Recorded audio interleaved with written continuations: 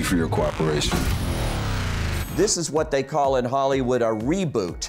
They have reinvented Robocop for a new generation, and it's a little bit different.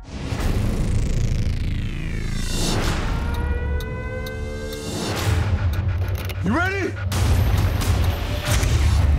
This Detective Alex Murphy and Officer Down. Starts out the same way. It starts out with a TV broadcast. This time it's Samuel L. Jackson as a Rush Limbaugh-type right-wing talk show host. This is the future of American justice. The movie's premise then goes on to the head of the Omnicorp, which produces the Robocop model, and the evil CEO, played by Michael Keaton here. He is determined to bring Robocop to the United States, and his plan is to make him a little more human, maybe half human, half robot. And that's where he turns to the scientist, played by Gary Oldman, to come up with this model. If he survives, he'll be paralyzed from the waist down, confined to a wheelchair.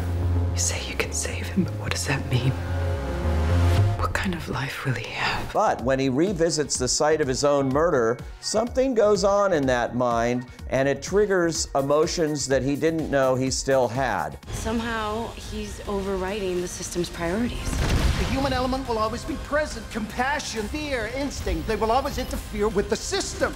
And that's where the film takes off, and it's really, really a lot of shooting, a lot of action. If you're a Robocop fan and you remember all of that, that's still in this picture. It's just not nearly as violent, and quite frankly, it's not nearly as exciting as the original Robocop, at least the way I remember it. Paul Verhoeven had a sense of humor, too. The first Robocop was a great satire on society at the time.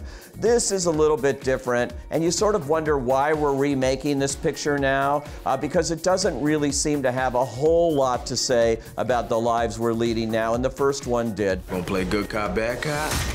Bad cop, Robocop. I have a fond memory for the original one. This one is loaded with a lot of good actors, but I have to say, in the end, unless you're just a fanatic and you've got to get close to Robocop again, no matter what he looks like, I'd say this is a no.